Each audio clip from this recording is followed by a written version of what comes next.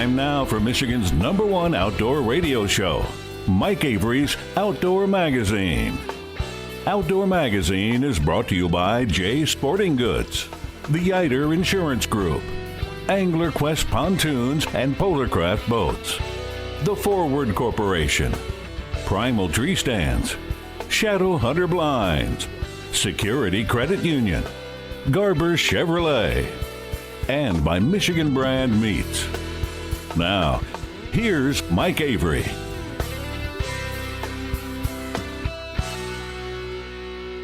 Well, thank you, Ken Hunter, for that introduction, and welcome to another edition of the Outdoor Magazine show right here on the Outdoor Magazine Radio Network. So glad to have you along with us as we are now officially in fall. How cool is that? I didn't need a calendar to tell me it was fall, though, earlier in the week. As I came into the studio here mid-morning, I was a little bit surprised just how chilly it was. A rainy, chilly morning, and it felt pretty good. In fact, it felt really good. Fall is such a wonderful, magical, even mystical time of year here in the great state of Michigan. I absolutely love fall. I'm not a big fan of what comes behind it, but I will do my best to enjoy the fall. Temperatures are cooler real soon now here. The colors are going to start to just blow your mind. The seasons are open or opening up soon. Great fall fishing. There's just never a better time of year, is there? Not in my opinion, at least there's not. Now, I love my midsummer walleye fishing. I do. But there's something about fall that is just absolutely wonderful. Hey, I got an email the other day. It was kind of from some obscure publication, but they were making a big deal about how they had named Michigan the #2 fishing state in the country. And I thought, well, duh. And I actually kind of have to disagree with that in some ways. As an unabashed Michigan fanboy, I think Michigan is the #1 fishing state in the country. Now, when I was doing a live social stream feed before the show here in the studio, somebody said, well, what about Alaska? Well, I've been to Alaska twice, and Alaska does have some phenomenal fishing. And they've got halibut, and they got salmon. We don't have halibut here. But when you look at the limits, the creel limits, the daily limits, the seasonal limits in some of those areas of Alaska, you really can't take many fish. You know, here in Michigan, you can take multiple fish a day and, put some fish in the freezer. And we have a wide variety of fishing here. So I'm going to claim we're the #1 fishing state in the country. We got more water, I think, than probably anywhere other than Alaska or maybe Florida. I love this state.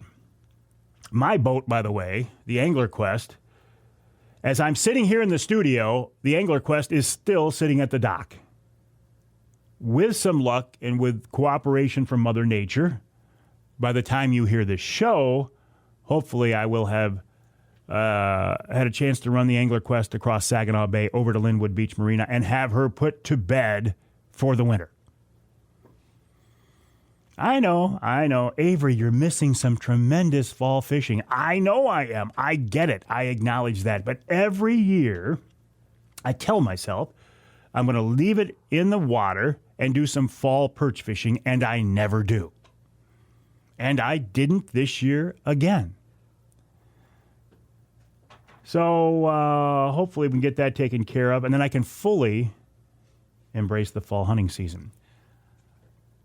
Disturbing reports of an EHD, and I can't begin to tell you, hemorrhagic disease, something in viral, I don't know. In the southern part of the state, not as widespread as it was a few years ago, but any reports of EHD, Charlie, how is it? I brought a bag of Michigan brand honey glazed smoked turkey into the studio today. It's really good. I'd like to be eating it right now, but Okay, so listen, I'm doing a live feed right now, and I'm getting some comments that EHD is actually pretty bad in some parts of the state, including Kalamazoo County. The reason I bring it up is last week I had Tom Cooley, a DNR wildlife biologist and pathologist, on the show talking about whitetail diseases. I mentioned EHD, and he never brought it up, and I thought, I'm kind of disappointed. There was an EHD outbreak going on, and he never mentioned it. I checked into it, and I found out later it was a timing issue. I had talked with him Wednesday morning, and it wasn't until Wednesday afternoon when the confirmation of those reports came through. So, EHD, TB, CWD, all those initials that, oh my goodness. I got a text here, a message. He's found, I got him Eric, I won't give his last name, found 15 dead whitetails from EHD on his 40 acres. Wow, I'm sorry to hear that, Eric. So, okay, maybe this is a bigger deal than what I was thinking. You know what? If it's your property and you lose one deer to EHD, it's a big deal, right?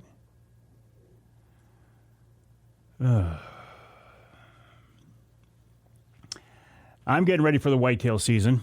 I've been shooting my bow, my dart and crossbow. I've spent a lot of time thinking lately and a lot of time talking with people about this concept of crossbows and is it taking the easy way out? Is it cheating? It's not.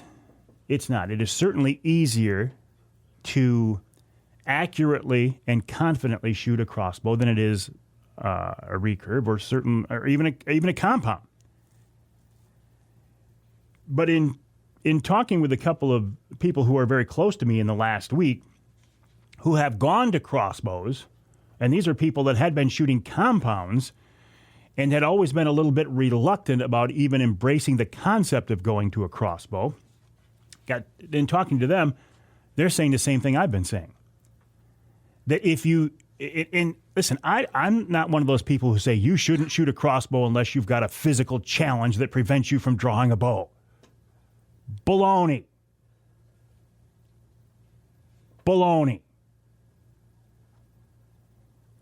If you don't have the time anymore because of work or family obligations or whatever, if you just don't have the time, or to be honest, you just know you're not willing to put the time into it to shoot that crossbow or traditional archery, and you don't have the confidence in it, then why not shoot a crossbow? If the goal is to make a quick, clean, humane killing shot, and a crossbow will allow you to do that better, more confidently, then why not?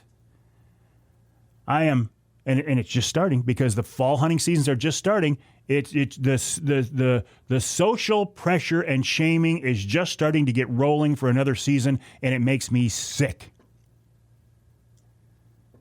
Why is it that in the outdoor world, especially the hunting world, especially the deer hunting world, that we feel the need to feed on our own? I don't see this in other areas. Maybe it's because, I don't know, maybe if I made my living in the technology world or the manufacturing world, I would see it too. I doubt it. I make my living in the outdoor world, and what I see is disgusting in many cases.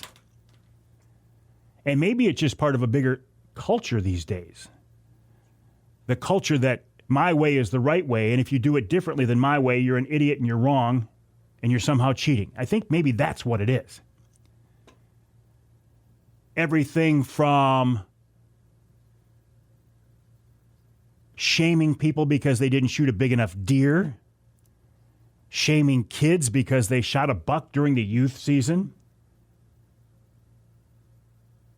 shaming people because they didn't release that fish, they caught it and kept it and ate it. Oh my God, you shouldn't do that.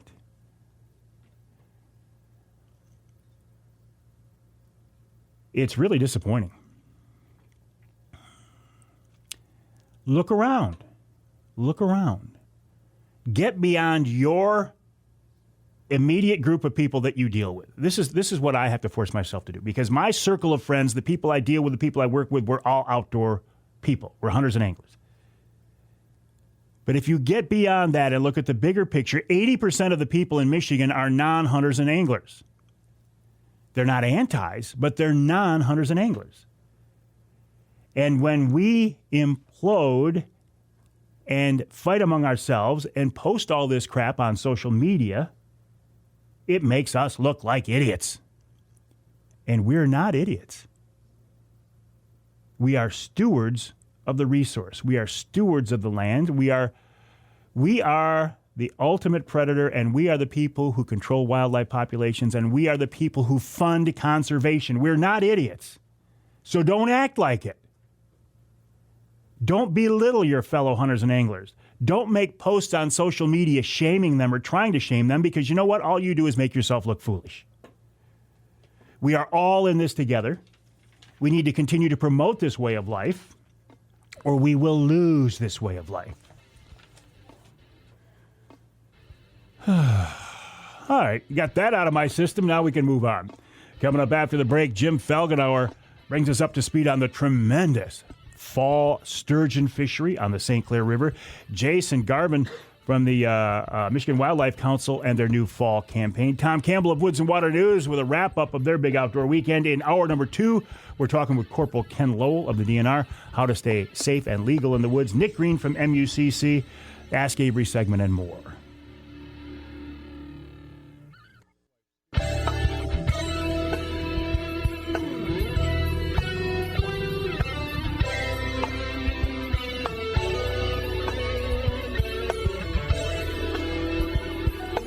Welcome back to Outdoor Magazine. My name is Mike Avery. So glad to have you along with us, and so glad to be on more than 24 stations across the great state of Michigan, including WZTK in Alpena, that's 105.7 FM, and WIOS in Tawas, it's 1480 AM and 106.9 FM. This segment of Outdoor Magazine is brought to you by Boning Archery. Michigan-based Boning Archery has been a leader in the archery industry, well, since 1946, and that means this is their 75th anniversary. 75 years as a leader and innovator in the archery industry, and they're based right here in the great state of Michigan. What a tremendous accomplishment that is. And as you are heading into the woods this fall, if you're bow hunting, there's a good chance you've got some kind of boning product with you somewhere. Knocks, vanes, cresting, quivers, whatever. Something from boning, I will bet, will be along with you on your next adventure. Check them out online at boning.com. That's BOHNING, boning.com. While you're online, my website, MikeAveryOutdoors.com, and then head on over to stclairsturgeon.org. That's the website of the Sturgeon for Tomorrow St. Clair chapter. Jim Felgenauer, actively involved in that. He's been a promoter of that resource and that fishery for many years, and he joins us now on the Outdoor Magazine phone line. Jim, welcome back. How are you, my friend? I'm fine, Mike. Thanks for having me back. Always a pleasure. And I've got you back on now because I saw some results of a recent tournament you guys had. Holy cow, your fishery's on fire right now, isn't it? Yeah, it is, Mike. Fall is always the best time for these lake sturgeon. We had the North Channel Sturgeon Classic fishing tournament last weekend, and it's a long tournament. It goes 14 hours from 6 o'clock Saturday night until 8 o'clock Sunday morning. But there were 78 sturgeon landed. Several of those fish were over or approaching 6 feet in length. Oh, my goodness. You sent me a picture of one of them. I think that was the fish that won. How big was that? What was your biggest fish? The biggest fish, Mike, was 75 3/8 inches. And, we don't go by weight. That fish was probably in the range of 130 to 150 pounds. How old would that fish have been, Jim, do you think? Definitely over 50 years, possibly 100 or more. Oh, my goodness. It It is just amazing that you've got these living dinosaurs. They look prehistoric, that they've been around so long, and they're coming back, right, Jim? I mean, you guys have done a great job in promoting and protecting this resource. Yeah, Mike, we were a part of about 10 years ago, some reef building projects, and those sturgeon have been spawning on those rock reefs, and we're actually seeing some smaller fish in the system as well. Our smallest fish over the tournament was 17 inches. So we're seeing a lot of smaller fish in the system right now, and they're reproducing well, and we expect to have a great population moving forward. Well, it's interesting. You take a resource like a walleye fishery. I mean, you can have an almost immediate impact on that because the fish grow so fast. They spawn at such a young age. The same thing with salmon. You just put more fish out there. Sturgeon's a whole different critter. Mike, I was just up at the Black Lake banquet. They have been stocking fish for 20 years or so, maybe a little bit longer. They are just now getting their first returns into the river for fish to spawn from that stocking. The females take sometimes over 20 years before they reproduce for the first time. This year they had 3 fish return to the river up there, and that's a big deal. You guys are very patient. Yeah, it takes a while, Mike. Why the St. Clair River? Why is that such a hot sturgeon fishery?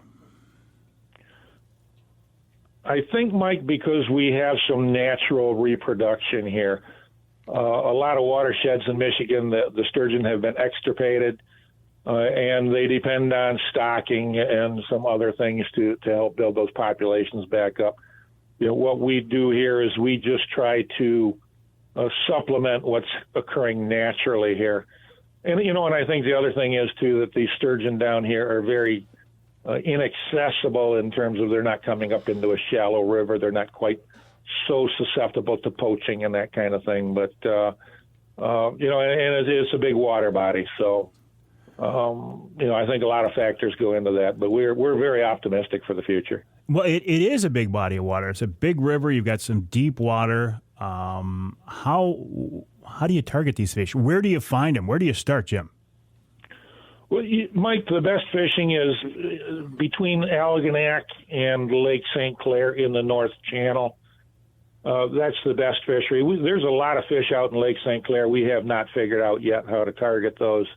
Hopefully one of these days we will. But, you know, it's a very simple fishing. You go out typically at night, anchor up a boat, and throw a big gob of night crawlers on the bottom.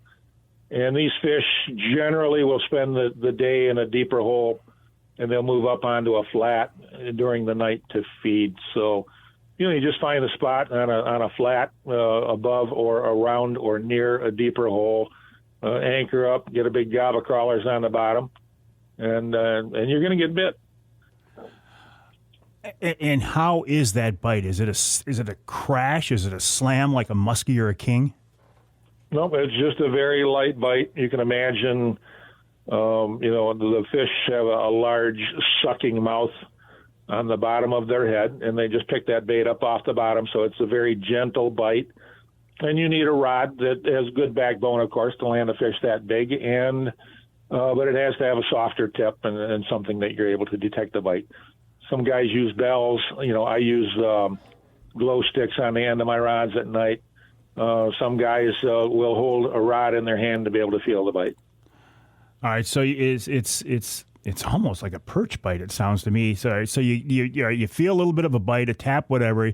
You pull the rod up, and if it's a fish, then what happens? Well, you set the hook hard, and when you feel a weight, the things just kind of go crazy. Sometimes the fish will jump out of the water. Sometimes they'll bulldog for the bottom. Some friends of mine were pre-fishing on Friday night, and they had a fish approaching 80 inches jump clear out of the water. That's a sight you'll remember forever. Yeah, you know, and they got that fish up the boat side. They never did get him into the boat. Well, that's the next question. I mean, how do you get a fish like that into the boat? You can't lip them. You can't net them. What do you do? If you have a big net with a big hoop and a deep enough bag, you can sometimes get those fish into the boat. The key thing is, Mike, is to bring a friend with you, have a couple people in the boat fishing. Sometimes on those larger fish, you can actually, one person can grab that fish just ahead of the tail, and another person can get underneath the belly, and you can sometimes lift a fish that big into the boat if you get a couple of strong guys. That experience right there of a personal hands-on experience with a fish like that has to be extremely rewarding for people, especially a guy like you who's been working so hard to promote this fishery. To have it come to fruition and have a trophy fish in your boat, in your lap, that's pretty neat. Yeah, Mike, that's neat for everybody. And the thing is, we don't care who catches that fish. Anytime anybody catches a fish like that, that is just amazing. Whether it's on my boat or somebody else's boat, anytime you hear of that, it's incredible, and we always congratulate those people on those fish. Is it strictly catch and release these days? Mostly catch and release. The harvest season ends on September 30th. You can continue to fish until March 15th. Most anglers, there are probably 1,000 fish caught during the course of the summer, the course of the season. And probably out of that 1,000 fish, only maybe 24 are kept by anglers. So it's very much a catch and release fishery. Any research that shows if fish are being re-caught during a season? Will different people catch the same fish over and over? We have a cooperator patch program that's administered by the Department of Natural Resources.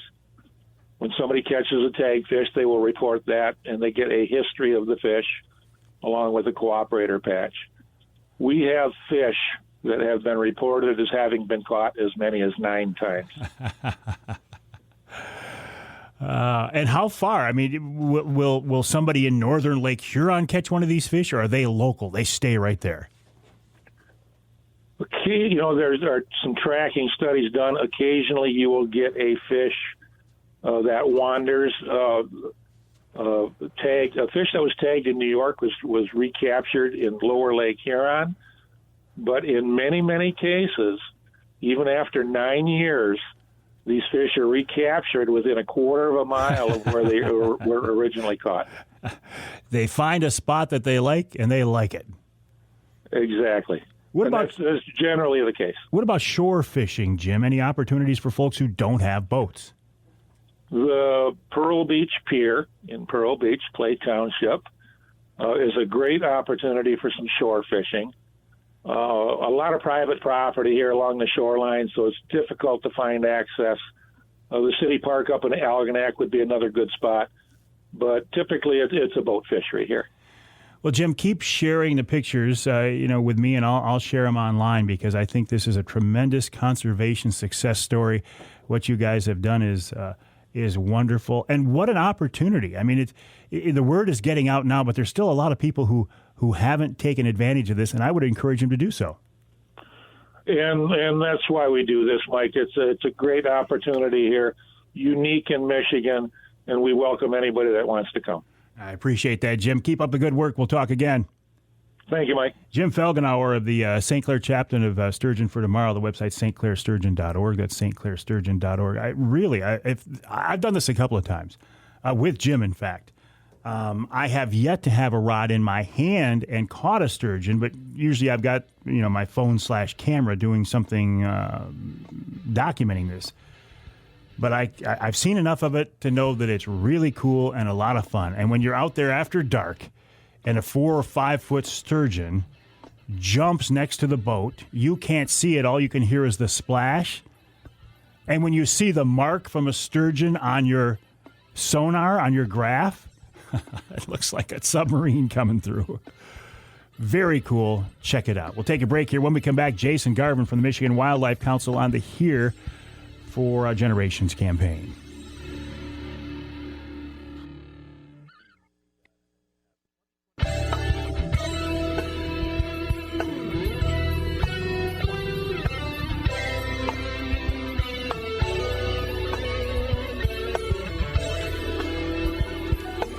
You can hear the Outdoor Magazine show on WBCK in Battle Creek. That's 95.3 FM. You can hear us in St. Joe on WSJM 94.9 FM.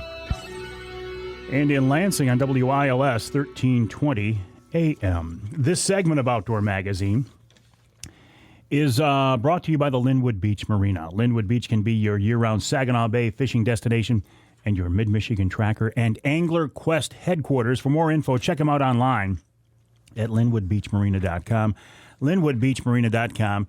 And unfortunately, for many boaters and anglers, this is the time of year when you're getting ready to put your boat to bed. The folks from Linwood Beach can help you with that. They can winterize your boat, and they can store it as well. I'm taking the Angler Quest over to Linwood Beach in the next few days. Check them out online at linwoodbeachmarina.com, linwoodbeachmarina.com. While you are online, I would encourage you to check out here for mioutdoors.org. That's the website of the Michigan Wildlife Council, a group I have worked with since they started, because their goal is to promote and protect hunting and fishing and trapping here in the great state of Michigan, something that I believe very strongly in as well. Jason Garvon is a member of the Michigan Wildlife Council, and he joins us now on the Outdoor Magazine phone line. Jason, welcome back. How are you? I'm doing well, Mike. How are you? I'm doing great. I understand you're looking forward to the Northern Waterfowl opener. That's coming up now, isn't it? That's right. Saturday here in the UP for the Northern Zone. Pretty excited. Waterfowl hunting is one of my favorite activities in the fall, so getting all geared up here. Excellent. Well, have fun with that. Good luck. And I say good luck, but we both know, the harvest is just a bonus, right? The experience of getting out there is what it's all about. Oh, that's right. And I think a lot of people don't understand that how important that is. Just the activity, just the camaraderie being out there. For me, it's with my father-in-law and my brother-in-law, and so that's always a nice opportunity to connect with family. Well, and waterfowl hunting is a social activity. Unlike deer hunting or turkey hunting, where you've got to be out there and be so quiet and stealthy, while you're waiting for birds, you can have a lot of fun out there. That's right. Jason, let's talk about the Here for Generations campaign. I understand that you guys are getting ready to kick off a fall campaign coming up. What is that going to be like? Are we going to see changes in the message? I think we are, Mike. So, we focused on fishing over the summer because, that's what's going on.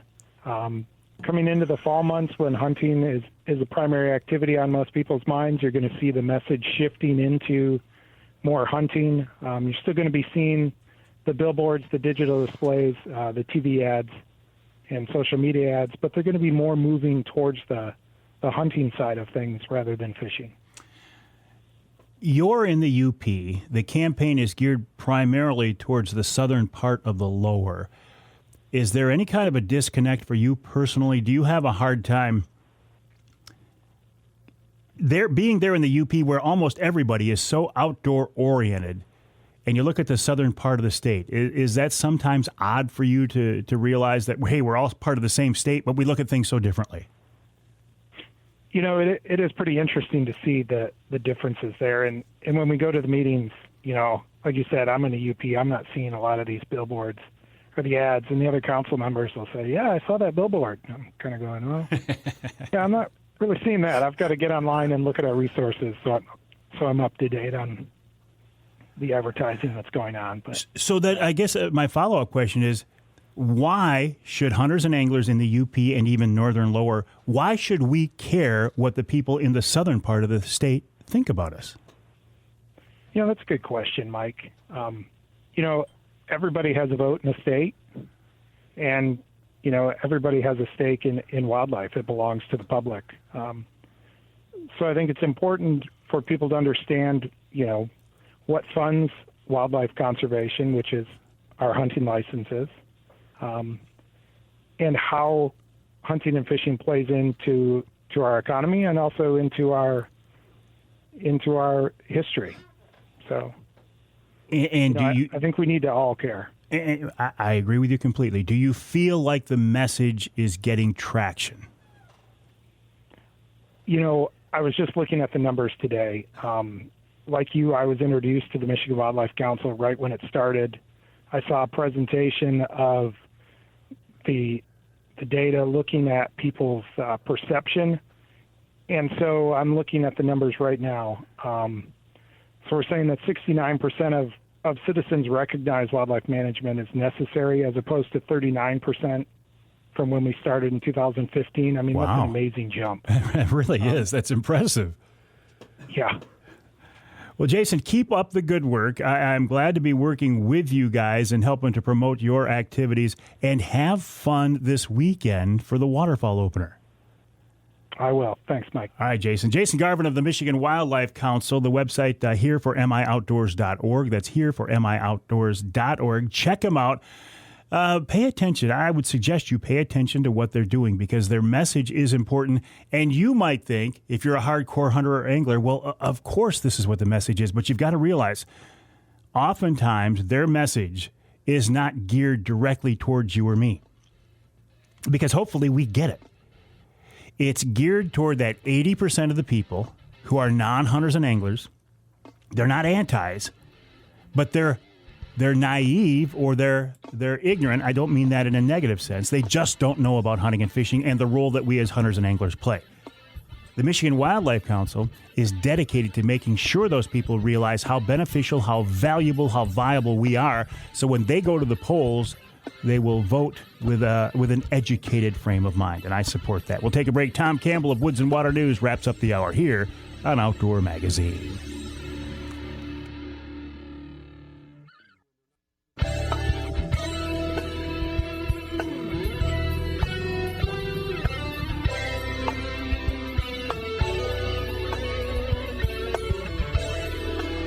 You can hear the Outdoor Magazine show in Caro on WKYO, that's 1360 AM, and WIDL, 92.1 FM. And you can hear us in Flint on Sports Extra, 1330 WTRX. So glad to be back on TRX. It was my very first affiliate station. The show started in Saginaw on what was then WMAX Sports Talk, which is where the show was based out of at the time. And my very first affiliate many, many years ago was WTRX in Flint. So great to be back on in Flint. Thank you, guys. I appreciate you working with me. I also appreciate the hard work of the folks at Michigan's premier outdoor publication, Woods-n-Waternews. A couple of weeks ago now, they had their big outdoor weekend after having to take a year off because of COVID. I was down there Friday, and it was just fantastic. It was wonderful. It was beautiful. I did not run into Tom Campbell. I did see his partner, Randy, but I didn't see Tom. But that's okay, because I'm talking to Tom right now on the Outdoor Magazine phone line. Welcome back, Tom. How are you? Hey, thanks, Mike. Yes, it was great to be back. We had terrific weather. The weekend held out. It was fantastic weather, and we had good crowds. It just felt right to be back and have that fall tradition again. And we're so appreciative to our vendors that stuck it out. You know, when as we talked before the show, of a few of them were bailing out for various reasons, from not having product, not having stock, not having help, to COVID itself, and we had that right up to showtime with a few vendors being exposed and not coming, which was the right thing to do, obviously. So, but it turned out great, and I think everybody enjoyed themselves. Certainly the vendors seemed to have a good show, and everybody seemed to be leaving with good, a good sense of a good time. So. Yeah. Mission accomplished, and now we go through 2022. Yeah, mission accomplished. This is something I never even thought about before, because, at that time, my mind was not on COVID again yet. Right. Yeah. But, boy, there was the potential. I mean, people could have come back and said, man, that was a super spreader event. Thank God it didn't happen. That's right. Exactly right, Mike. Yeah. And in fact, a couple of those that did cancel early were from out of state, too, which in the southern states, which makes more sense. And as disappointed as it was, you got to credit them and thank them for not just lying about it and coming anyway. So that part worked out really, that part worked out fine. And we covered up and everything went fine. Like you said, the crowd seemed to be happy. So, that's what we base everything on. And everything worked out just fine. Well, when I was there, it was nothing but smiling faces and everybody was glad to get back. The vendors, I mean, everything was great. I do have to ask you about one thing, though, Tom. There was a situation with the dogs. What was that about? Yes. Yeah. Unfortunately, we had everything we do with the help of the Michigan Hunting Dog Federation, that we try to patrol our puppy tent and keep it clean.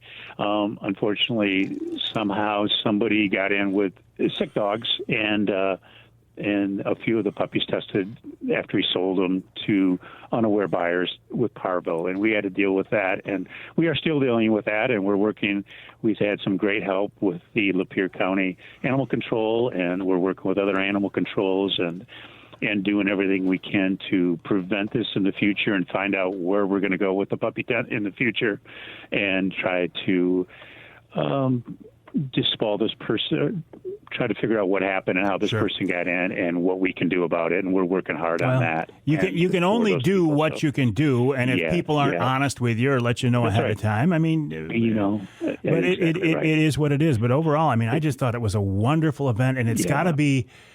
It just had to feel good to pull it off once again. Yeah, it was great. It was great seeing all those, because the whole show out circuit, which a lot of these people do, we haven't seen them in a year and a half, or almost 2 years for some of these shows. So, it was kind of like a reunion, and it was nice to see them and, catch up and make sure everybody was healthy. And so that part was surely, that reunion part was very nice. And now we just got to keep it going, and hopefully all those winter shows will be back on schedule and we can keep going. Well, speaking of keep going, you got the show behind you, and now the real world, the work that pays the bills is back in your face. Absolutely right, Mike. And that October issue is out. It was out on time.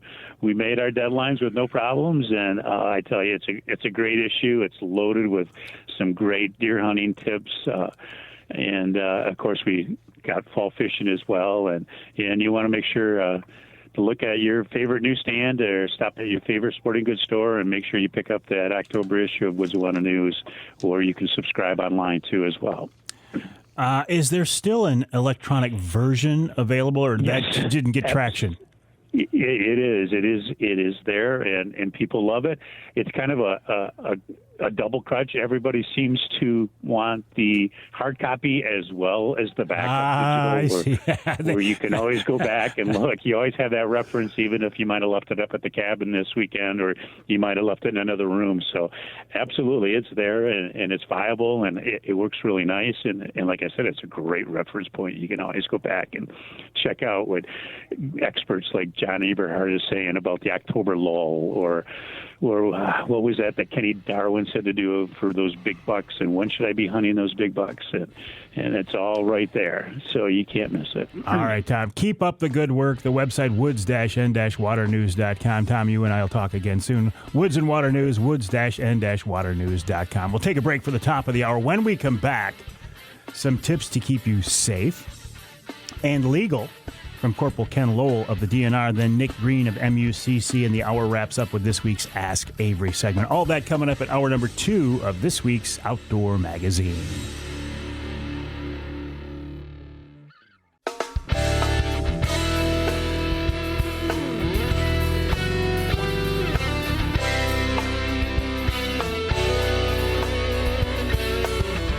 Time now for Michigan's #1 outdoor radio show, Mike Avery's Outdoor Magazine. Outdoor Magazine is brought to you by Jay Sporting Goods, the Yider Insurance Group, Angler Quest Pontoons and Polarcraft Boats, the Forward Corporation, Primal Tree Stands, Shadow Hunter Blinds, Security Credit Union, Garber Chevrolet, and by Michigan Brand Meats. Now, here's Mike Avery.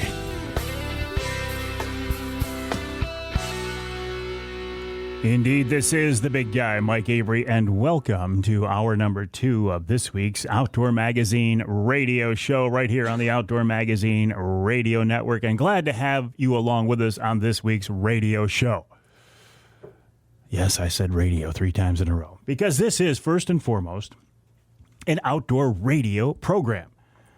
It is designed, it is formatted, it is recorded, it is distributed as an outdoor radio show to promote hunting and fishing and shooting and trapping and wildlife issues and conservation issues and even some wild game cooking. And I'm so glad to have you along with us. I talk about radio because I think the best way to listen to the show is on your local radio station, your local AM or FM station, because there you get your local news, weather, and content, local sports, even your local ads. Maybe there's a sale you want to take advantage of. So Outdoor Magazine Radio is distributed. Plus, the radio stations get the content before I upload the podcast version of the show. But it's nice to have a podcast out there because if your local affiliate doesn't carry all 3 hours of the show, yeah, this is a 3-hour show, or if you live in some part of our state not covered by the broadcast signal, it's nice to know the podcast version is out there. Now, where do you hear the podcast? I say thank you for asking. You can hear it on my website, MikeAveryOutdoors.com. I put it up on the Facebook page as well. You can hear it on Amazon Music, on Audible. I love being on Audible. I'm a big Audible fan. It's on my Twitter feed, if anybody is still on Twitter. LinkedIn, iTunes, Google Play, iHeartRadio, SoundCloud, Spotify, TuneIn, Stitcher, Player FM, Deezer, Odyssey, and even YouTube. Yes, I put the podcast on YouTube. Also, as long as I'm putting in a blatant promotional plug here, I would encourage you to check out the podcasts that I do each month. These are just podcasts. These are not radio shows. I do one for Jay's Sporting Goods, Offshore Tackle, Angler Quest Boats, Killer Food Plots, Polar Craft Boats, Shadow Hunter Blinds, and MUCC, Michigan Outdoors. 2 podcasts, recent podcasts, I would really like you to check out. One is the Jay's podcast. It was a special 50th anniversary, not an anniversary of the podcast, but a 50th anniversary for Jay's Sporting Goods, a podcast centered on that. I went to Jay's. I sat in a room with Arlene Yost, who was married to Jay Poet of Jay's Sporting Goods, for many, many years. She was there from the beginning. His sons, Jeff and JJ, who are now intimately involved in the business, and they told the story of how Jay's all began, and it was a wonderful conversation. Check that out. Another one, Shadow Hunter Blinds podcast called Beyond the Blind. And this was with a guy, honestly, not being a professional football fan. I'm a college fan, but not a pro fan. Adam Vinatieri. I had no idea who the guy was. Well, it turns out he's kind of a big deal, like the leading all-time scorer in the NFL. And he's a hardcore deer hunter. And we had the best conversation. I think you'll really enjoy that. So check that out as well. Okay, so the promotional stuff is out of the way. Now let's turn to the heart of the matter, the meat of the subject right now. It's fall. It's officially fall, and doesn't that feel good? Fall means a lot of different things to a lot of people, but for me and many of us listening, it means hunting season. Some great fall fishing as well, but hunting season. I am strongly and firmly convinced that hunters and anglers and outdoor people are the salt of the earth. I believe we are good people. I believe we want to do good things. We just want to go out and we want to have fun. I do not believe that most hunters and anglers go out to intentionally violate or break a game law. We're not wired that way, most of us. But I also believe that if you spend enough time outdoors hunting or fishing, eventually you are going to unintentionally break a game law. It's like driving. You don't go out to intentionally break a driving law, do you? But do you occasionally creep up beyond the speed limit? Do you occasionally not come to a complete stop? Do you occasionally not use your blinker? Okay, so you have unintentionally broken a driving law. Our goal this fall is to, number one, have fun, but to do it in a legal and a safe manner, right? Corporal Ken Lowell is with the DNR.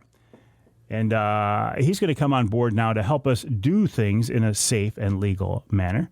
Corporal, welcome to the show. How are you? I'm good. Thanks, Mike. Listen, tell me a little bit about your career. Where are you at in the state right now, and how did you end up to where you're at? Very good. Yeah, I worked out of Lansing, just north of Lansing, St. John's area. Been a game warden since 2004, so a few years. Spent a few years in the UP of Michigan, my first couple years up there. Spent a couple years in northern Kalkaska County. Spent the bulk of my career in Montcalm County, 10, 11 years there. And then a couple years ago, I promoted into the recreational safety section of the DNR, where I mainly focus on hunter safety now. I love the fact you use the term game warden. I love, when I talk to my buddies who are officers, I always call them warden. To me, that's a sign of respect, and it goes back to the old days, doesn't it? It does, yeah. We have multiple names, some good, some bad, right? But a game warden was always what drew me to this profession. Obviously, we're conservation officers as well, but when I became a game warden, that's what I wanted to become. So I like that old-fashioned term. When folks head out to the field this fall, what do you want them to be aware of? What are some of the common problems that you guys as wardens deal with that could be just as easily prevented? I feel like over the years working the field, neighbor issues are one of the things that really stick out come deer season. And somebody can be neighborly all year long, and then for 9 months, and then 3 months of the year, Hatfield McCoys come out. Just talking with neighbors and getting on the same page as the folks that you hunt around. Not everybody's going to have the same values and have the same ideas of management, but at least everybody, if you talk with your neighbors, you might stifle a few problems that may come forth later in the season. Just by being neighborly. And not everybody has to agree, but sometimes we have to agree to disagree. And a lot of times the first call would be to the law rather than, trying to talk with your neighbor over whatever issue you're having before you contact the law. Sometimes that goes a long ways. Other times it doesn't matter what you say. You're going to have to get the law involved. So That's one thing that I would always recommend and that I always do in the areas that I hunt is talk with the neighboring folks and see where everybody's at for safety. And that's what a big part of my job anymore is the safety aspect. And if you know where your neighbors are hunting, you have, where your zone of fire should be or shouldn't be, mainly come gun season, but also with a bow. Crossbows nowadays can reach out there a little farther. So that would be one of the big things I would recommend is talking with the neighbors. Well, and obviously the safety is a huge concern, but when you talk about disagreements between neighbors, is it an access to property? Is it like, okay, we want to come over and recover our deer? Is it that type of thing? Well, there's a little bit of everything there. Those are included. Somebody may think that you're harassing them because you're walking the property line to get to your stand. Well, it's not a harassment thing. It's more of an access thing. And unfortunately, we don't have enormous tracts of land in this state, it seems like. So if you're walking down the line of your 10 acres to keep your hunting better, you may be messing up your neighbor's 10 acres because of the way the wind's blowing. Well, it's not a harassment. Nobody's doing that to affect your deer hunting. They're doing that to try to better theirs. And we can't fault people for that. Or some people don't hunt in the fall. I don't know how they can do it. That's all I want to do. But they might ride dirt bikes all summer and all fall. And so they're out riding their dirt bike on their track, and we get a call saying, hey, this guy's riding his dirt bike, and he's messing up my hunting. Well, that's not a harassment issue. That's just how they choose to use their property. And yes, we have the, folks that shoot a nice deer of any kind and do the right thing and ask the neighbor, hey, can we go get it? And there's sometimes there's not, they don't issue the okay to do that. And that's their right. We don't have a right to go get our deer. We have an obligation. And a lot of times that, as law enforcement officers, we can be, the middleman and work that out. I've been a part of a lot of that. And I've been a part of a few times where there wasn't, even as a law enforcement officer, there was no recovering that animal. And there's some laws that revolve around, those things that people don't understand. Some people just don't like hunting, so they don't allow folks to go get a deer that was shot, even legally. So, yes, those are two issues. Trespass, obviously, and some folks get the idea that it's their deer and when it gets shot by somebody else, it couldn't have been legal. Had been something wrong with it, and so we get those calls. So it's a little bit of everything. Corporal, hang tight. I got to take a break here on the Outdoor Magazine show, but when we come back, I want to talk to you about a couple of things you brought up. This whole idea of hunter harassment, recreational trespass, which I know is a huge problem, and then also the safety issue too, right? I mean, if we're not out there being safe and something happens, it changes everything. So if you can give me a few more minutes, we'll take a break. When we come back, we'll continue our conversation with Corporal Ken Lowell of the DNR, conservation officer. A term I use more often is game warden. The website, michigan.gov/DNR, michigan.gov/DNR. More with Corporal Ken Lowell after the break right here on Outdoor Magazine.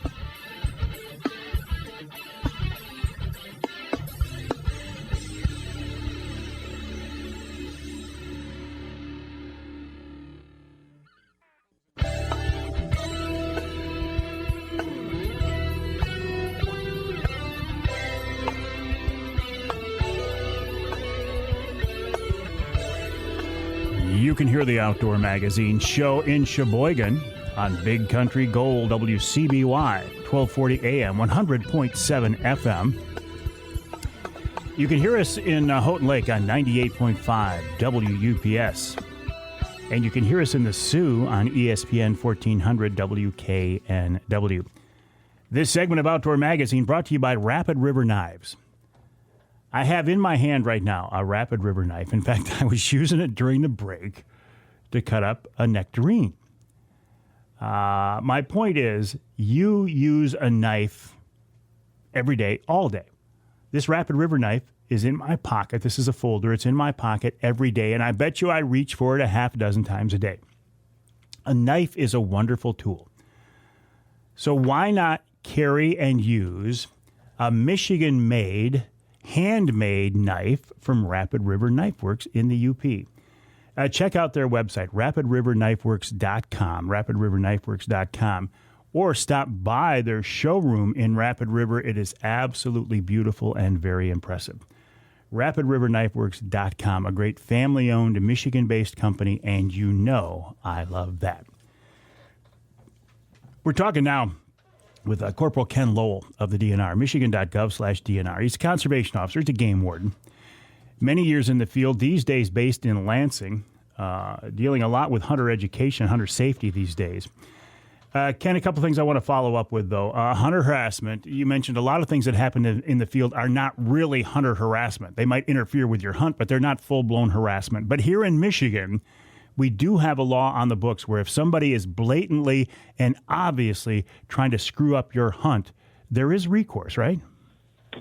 Yeah, that's correct. Yeah, it's unlawful to affect somebody's hunt in a negative way. In the field, we, as conservation officer, game wardens, we're seeing that every year, and they're tough ones to prove.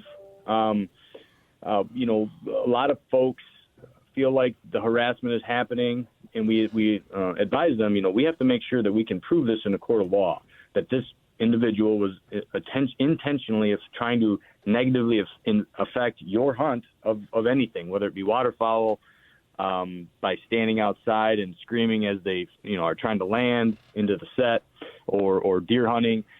We always use the thing, something that's, a lot of people can do. Cutting wood is probably the number one thing that we get. Oh, this guy's cutting wood every time I try to hunt. Well, cutting wood is not against the law on your own property. Unless he's yelling, I'm doing this to affect your deer hunting negatively, we're going to have a hard time with that. But one thing we do, say is, everyone's got a cell phone nowadays. So, take a little video of this harassment that you're seeing so that we have good evidence that it's happening and taking place. Because, again, essentially, it's their word against the person that's potentially doing the harassment. I know a few guys that have in the field sat with the complainants and watched it. That helps a lot, too, if we have the time. Sometimes time is hard to find like that. But if we're able, we can get up in there, sit in the blind and see that happening for ourselves. That goes a long ways. But stuff that's out of the ordinary. Somebody walking up and down the property line with a stick banging on a pot in a pan. That's just not normal activity that you would do on your property. So it's got to be outside the what someone would normally be doing on their property to really get a good case built. But if we can get the right evidence, then we can go forth and look for a prosecution. I like the idea of cell phone video. That makes a lot of sense. What about the issue of trespassing? Now, I know you guys I'm going to say this, you're not saying this, waste a lot of time on trespass cases. What does it boil down to? If it's not your property or public land, you can't be there without permission? Is that basically what it comes down to? Yeah, we need to have permission from people if we're hunting on their property. I would suggest written permission. It doesn't necessarily need to be written for hunting, but that way people can't change their mind in the heat of the moment. Say they give someone permission, maybe two people have permission, and they say, hey, so-and-so is not out there, go ahead.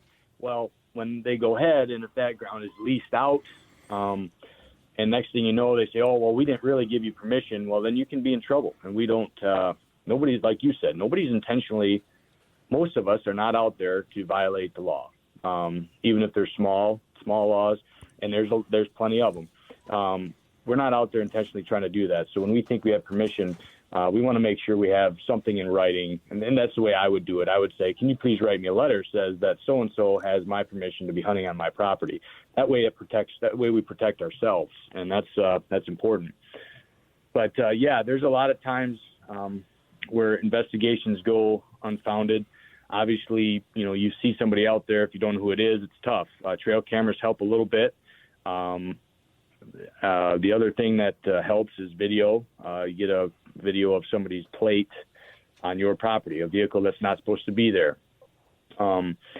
People fenced and posted is important. If you want people to stay out of your property, we need it to be posted so that we as law enforcement, have a leg to stand on when it comes to court. Because if it's not posted and you haven't told that individual that they're not supposed to be there, that makes it really difficult to get a prosecution. So, and some people will know that loophole. They know that if they don't see a fence and it's not posted, or an adjacent woodlot to posted property or farmland, they know the loophole, and they're the ones that are intentionally doing this stuff, trying to stay out of trouble. But yeah, there's avenues we can take as landowners, posting our property, fencing our property, making it well known, again, by talking to our neighbors. Hey, don't be coming over here unless you ask me. Obviously, if you ask me, come on and get your deer. But if you don't, let's make sure I don't, run into you out there type thing.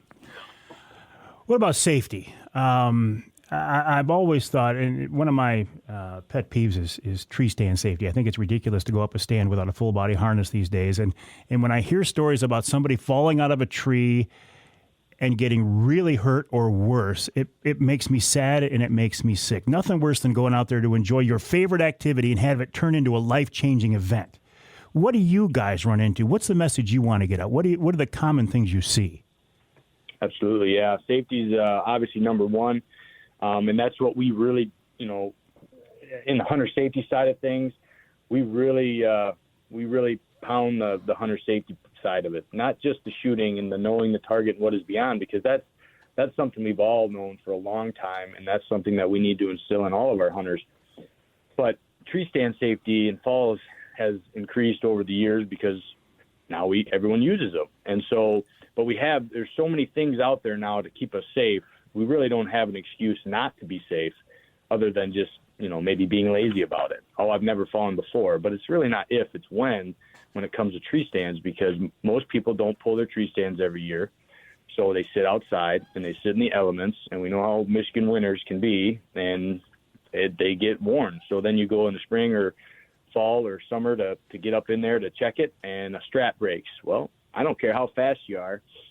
We're not cats. We don't land on our feet, and it's a long way down. So we want to make sure that we're using our harnesses, our safety harnesses, our fall lines, and every tree stand should have them, so that we're hooked to the tree the whole time, up and down, because most of our falls happen in and out of the tree stand, not sitting in the tree stand, but getting into it or getting out of it. And in hunter safety, we teach that to our trainers. When we have our academies, we train our trainers to do proper hunter safety in and out of tree stands with all the right equipment. Now, whether they take that to their class is really up to them, but I'm seeing more of that in classes where they're using the teaching these young students and students of older age how to properly get in and out of a tree safely, because we're seeing more and more incidences of that. So we want to try to prevent it if we can. You mentioned that lifeline. That is a big part of it. If you connect to a lifeline on the ground, you stay connected going up a tree while you're hunting and back down, short of an equipment failure, there's really, you can't fall and hit the ground. Right. It's a great thing that whoever invented it, kudos to them. And we don't have an excuse. Yeah, they are expensive. But when it comes down to, the expense of getting hurt really bad or worse, I think it's worth every penny to have those hooked onto your tree. They make these lifelines, obviously, and they have these climbing ropes that hook to our safety harnesses anymore, so that, everyone asks, well, how do you get the lifeline hooked up to the tree? Well, you put on this climbing belt that hooks to your hunter safety vest, and that keeps you connected to the tree on the way up. While you're taking your line, you tie your line off, and now you're good to go. So like I said, there's just so many options out there for us to be able to stick to that tree and not hit the ground. So we don't have a lot of excuses at this point. We just we gotta do it. Last topic, I think, before I let you go, the concept of safety zones. What does that mean, and what are the rules and regs about shooting or hunting around buildings? Yeah, so there's the safety zones, safe zones of fire. I mean, there's occupied dwellings or buildings. You have 450 feet, which equates to 150 yards. That if you're inside of that with a firearm, you need to have permission from that individual that owns that building, house, barn, whatever it may be. We need to have their permission, and that goes for on our property as well. Even if we're hunting on our property, not necessarily aiming at that individual's stuff, but if we're within 150 yards of their house with a firearm, we need to have permission from them to hunt, essentially. And that doesn't always set well with folks, but it comes back to talking with your neighbors. Say, hey, I'm a hunter. Especially if you're just moving somewhere or somebody new moves in. I've seen that in the field work that I did years ago. Somebody moves into a new place. You've always had permission to hunt there, but you didn't talk to the new folks. Deer season rolls around. Gunshots are going off. New folks are a little bit worried. They call the law. They want somebody prosecuted for a safety zone violation. Well, that's hard. I mean, that's a tough place to be, because those folks have always had permission. But when somebody new moves in, we got to make sure we're talking to those people, because we want them to know, hey, we're not aiming at you. Our deer are hunting this way.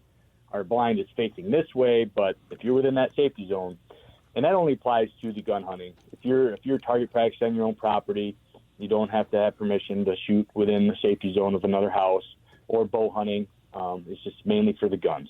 So talking to our neighbors will help us out. Corporal Ken Lowell, listen, great advice. Appreciate your time. Have a great season. Be safe, and hopefully your time afield will be fruitful and enjoyable.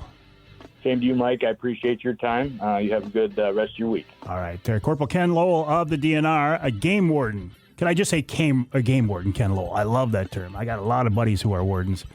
I was a volunteer conservation officer back in the day when that program was there, so I have a little soft spot in my heart for wardens. Michigan.gov/DNR is the website, Michigan.gov/DNR. When we come back, Nick Greene of MUCC.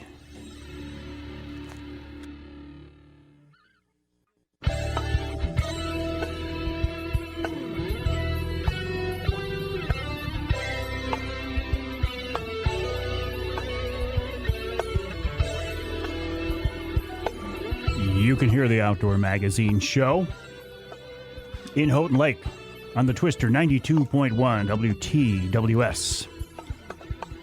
You can hear us in Newberry on WNBY 1450 AM and in Port Huron WPHM 1380 AM. Want to turn our attention now to the folks at MUCC, Michigan United Conservation Clubs, a group that I am a member of, a group that I support. I think they're doing a wonderful job.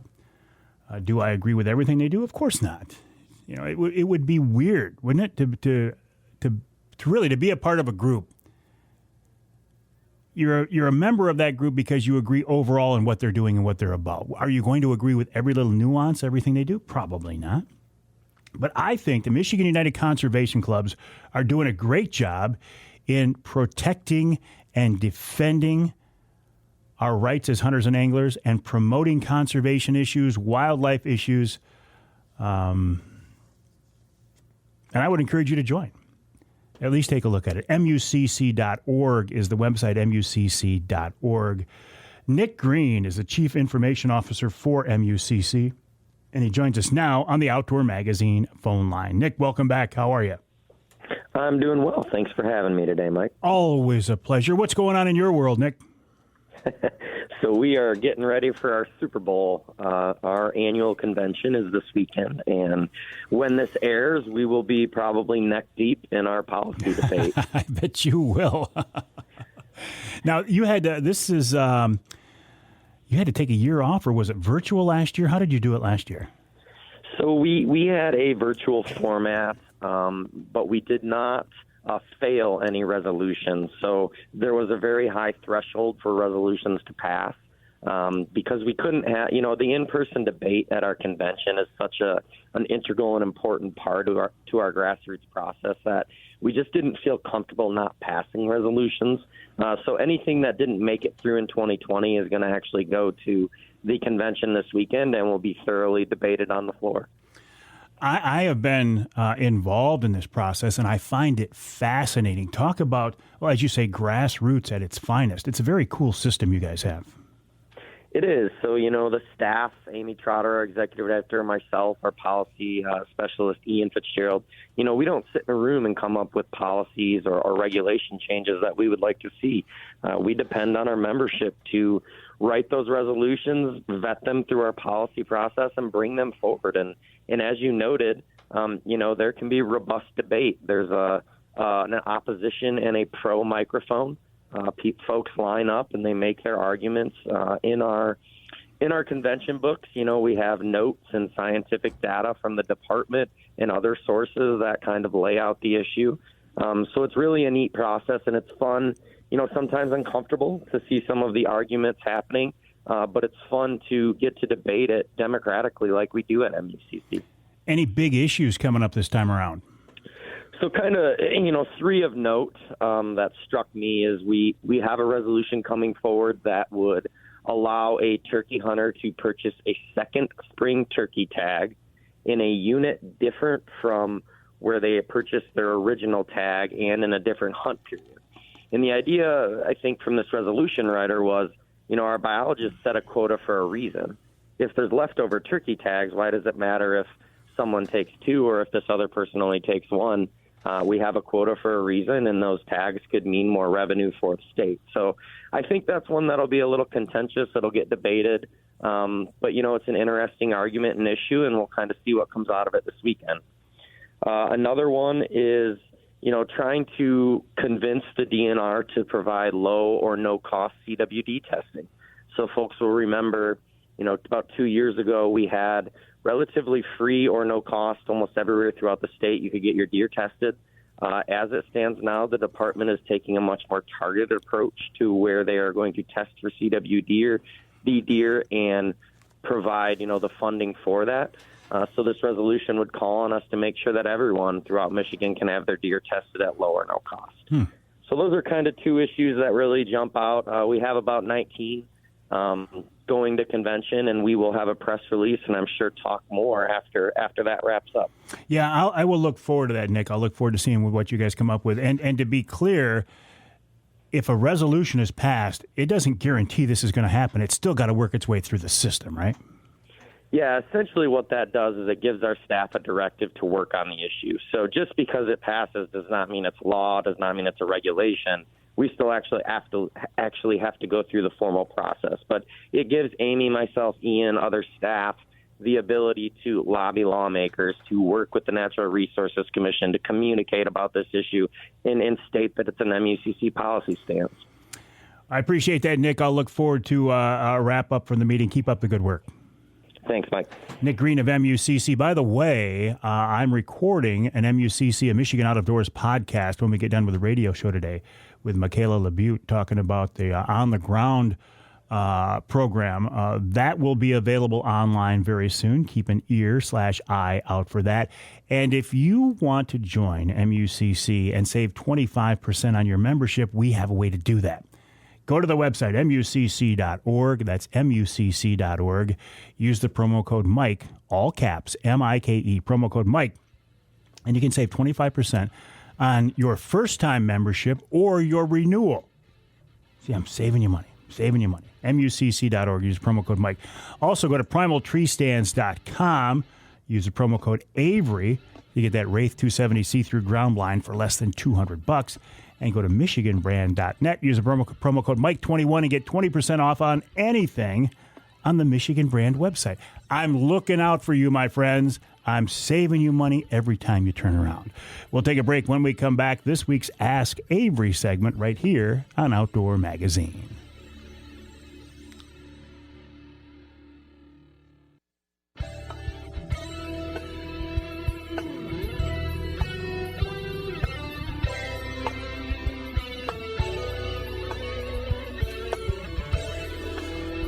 You can hear the Outdoor Magazine show in Traverse City on WTCM 580 AM.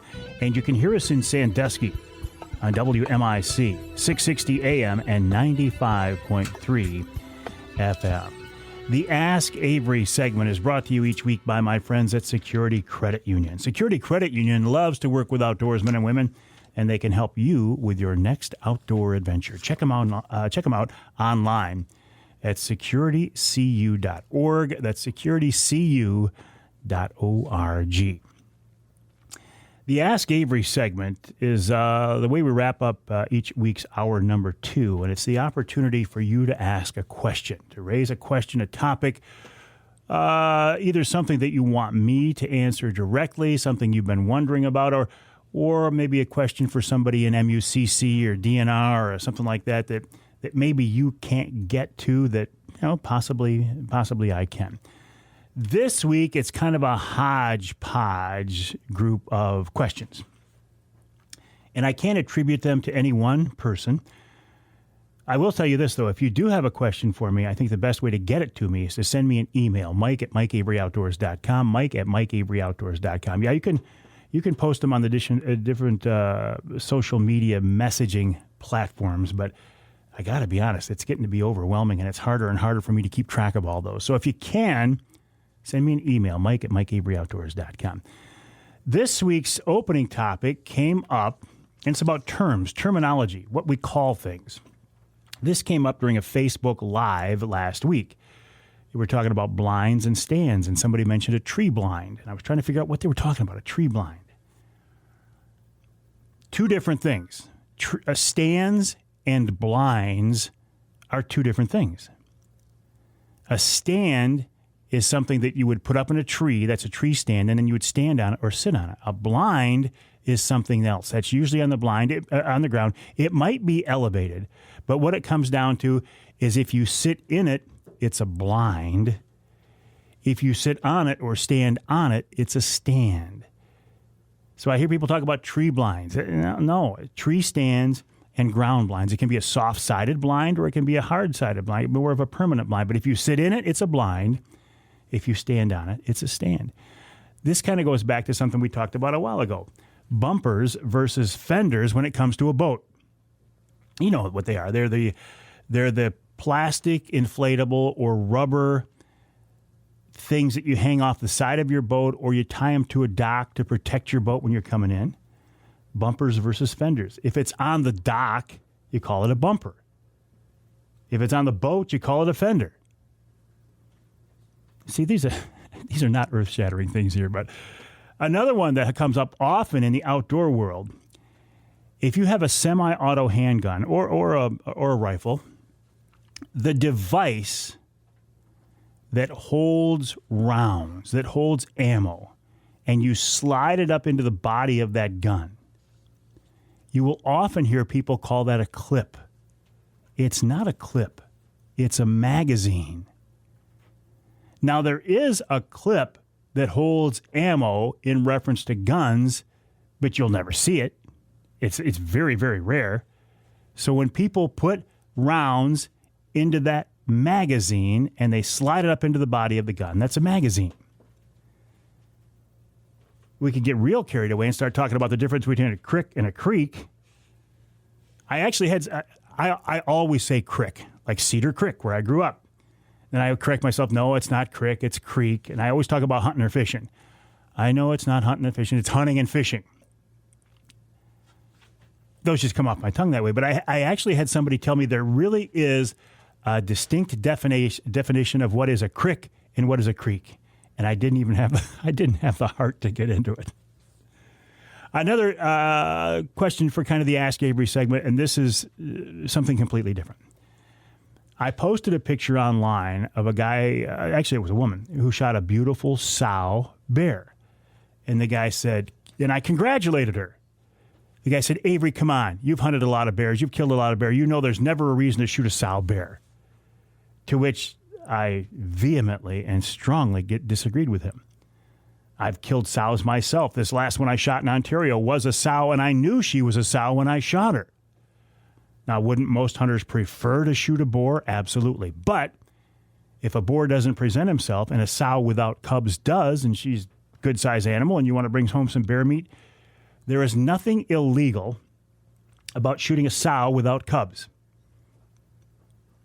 It's like a doe. Nothing illegal about shooting a doe. Yet some small-minded people and some people who haven't come into this century for wildlife management still think you shouldn't shoot or harvest females of a particular species. And that's not true. If somebody is doing something legally, you should congratulate them, not criticize them. You can't mandate or dictate your morals or ethics to somebody else. If they're hunting or fishing legally, in a legal season, in a legal manner, God bless them. And I congratulate everybody who does that. And we see that in crossbows. We see it in catch and release. We see it in trophy deer management. That deer wasn't big enough. It wasn't mature. Who cares? Did it negatively affect your hunt? No. The whole idea of infighting and imploding and turning on ourselves, those times are over, my friends. We're all in this together, and we need to encourage each other. By the way, thanks to folks at Security Credit Union for helping to make this week's Ask Avery segment possible.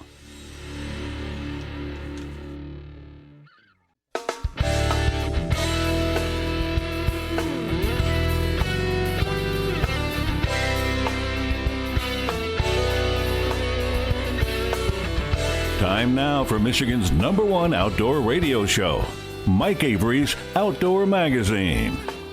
Outdoor Magazine is brought to you by Jay Sporting Goods, the Yider Insurance Group, Angler Quest Pontoons and Polarcraft Boats, the Forward Corporation, Primal Tree Stands, Shadow Hunter Blinds, Security Credit Union, Garber Chevrolet, and by Michigan Brand Meats. Now, here's Mike Avery. Well, thank you, Ken Hunter, for that introduction, and welcome to hour number 3 of this week's Outdoor Magazine show right here on the Outdoor Magazine Radio Network. My name is Mike Avery, the big guy, and I'm here every week for 3 hours talking about the outdoors, the history and tradition of the outdoor lifestyle, promotion, education, encouragement to get involved in hunting and fishing and shooting and trapping and all things outdoors, all things wholesome, all things biologically sound, all things necessary in wildlife conservation and even ordained by God.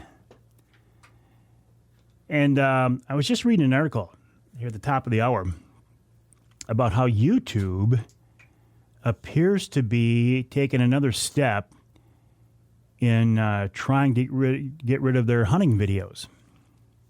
Or, as I said in the earlier hour, hunting videos. And what they want to do, because it's really become the way to distribute content for a lot of people in the outdoor industry.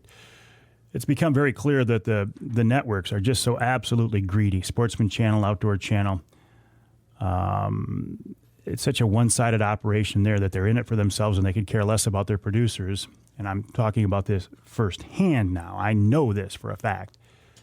That it's almost impossible for somebody to start a new TV show, get on one of those networks, and actually make any money at it. So the option is to put it out there online.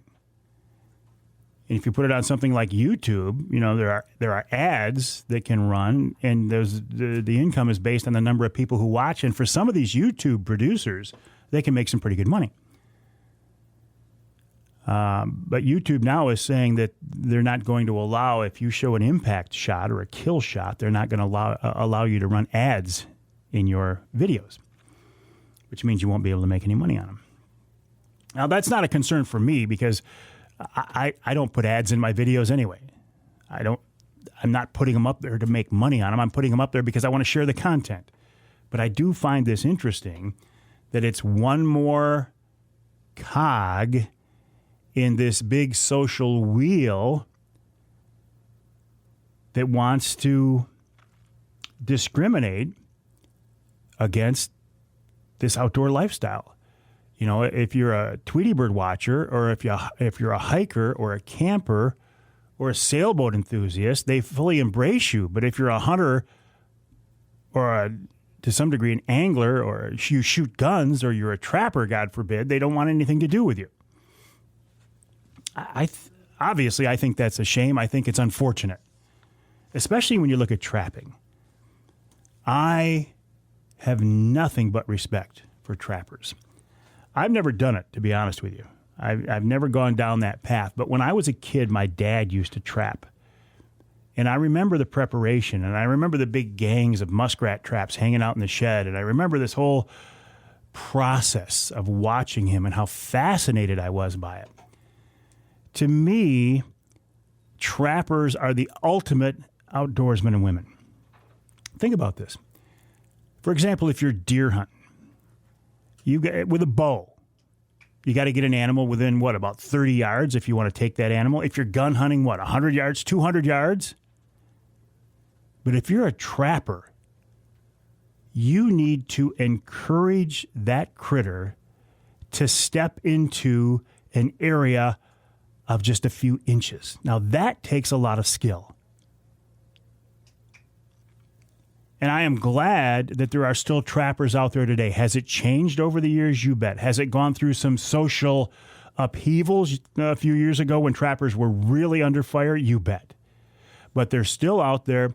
They're still doing a very valuable service in helping to control wildlife populations. And there are still a lot of people out there having a lot of fun. Ken Burzynski is one of those guys. He's part of the Michigan Trappers and Predator Callers Association, their website, mtpca.com. And he joins us now on the Outdoor Magazine phone line. Ken, welcome to the show. How are you? Hey, Mike, I am doing good. How are you doing today? I'm doing just great. It feels like fall out there today, doesn't it, Ken?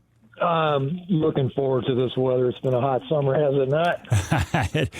It has been. I always look forward to this time of year. Ken, do trappers here in Michigan, are you firing up about now, or does it happen more when we get into the wintertime? Mike, I think we're fired up around the clock. Kind of the beginning of the season right now, everybody's getting ready and prepping and getting land permission and scouting and getting all your supplies together and hitting some conventions, and then the season rolls in, and you're at it, and when the season rolls to the end, you're really not done, because then you've got to do cleanup, and then I try to make my rounds and thank my landowners for permission to trap, and and then resupply, and maybe try to grab a couple kids and mentor them, somewhere into it. So, this time of the season is like, I'm on pins and needles. and I want to talk about those conventions here a little bit later in the conversation and how you guys are really actively promoting this sport and this way of life. You talked about getting permission. I would think that getting permission to trap and take nuisance critters off somebody's property would be easy. Now, you ask somebody to hunt deer on their property, that's a different topic, but they must open their arms to you guys as trappers. Well, not always. I would say yes. If you promote yourself as a respectable person and trapper, you're going to probably get permission. And yes, raccoons, muskrats in the ditches, working with some of the deer clubs in the state for, I want to say coyote, I can't say removal, but, to kind of control them a little bit. We get a lot of permission. I have probably more ground to trap on than I could ever cover. And, the other side to that is once you've learned the ground and you've learned about the landowner and you're going to become friends with him. You're his eyes and ears on his property while he is not there. You're seeing what's going on. You're telling him, if he's seeing trespassers or he's got damage or whatever it is, you're kind of pretty much helping him out. So, and then the offer comes in for, more places to hunt. The opportunity just goes. So I enjoy it. That's all I can say. Is this something you grew up doing, Ken, or have you gotten into it as an adult? Ooh, well, Mike, we tried to put a pin on the calendar and figure out when I started, and I started back in 1968. Now, I didn't go from 68 all the way to and through and trap every year. There was times of family and job, more important. And then I came back around to it as I got older. And I would probably say the last 20 years, it has really been, I can't say really a part of my life, but a good part of my life. So I enjoy it. So I've been in it for a while, and you know what? I learn something new every day. Even now? Even now. You're always going to see something new out there. And boy, to mentor somebody, to see their eyes wide open, teach them a little bit more. I think as a trapper, you become a better hunter. We're out there in the thick of the weather. Once we have a trap down, you've got to check that trap. It's there. It's however long you want to run your line, you've got to be there every day, no matter what the consequences of the weather are. You're there. And so you just deal with the elements, the good and the bad. You get home at night and go, wow, that was cool. I mean, another day, Well, there's a moral and even a legal obligation to check those traps, right? Yes, there is. The obligation is, there is a law. They have to check it within 24 hours. And, in the UP, it's different. It's, I believe it's 48. And underwater sets are different. But the moral side of it is, too, I got a hint on this. It's, taking care of that animal that you're out there to harvest, okay? Making sure that they are going to be comfortable till the time that you go to them, and just not letting them sit out there. Most trappers, if they show no remorse at the end of a day or even at the end of the season, they don't belong out there. And I can 99.9 of every trapper out there show some remorse towards the animal of some way, shape, and size, but then he also respects it. He also respects that animal. So that's what it's kind of about for me. Hang tight, Ken. I got to take a break here in the Outdoor Magazine show. We're talking with Ken Burzynski of the Michigan Trappers and Predator Callers Association, MTPCA.com, about this whole, I think it's a lifestyle, this whole passion of trapping. And they've got some events coming up where they want to introduce the rest of us to this as well. I think it's very cool. MTPCA.com. More with Ken Burzynski after the break right here on Outdoor Magazine.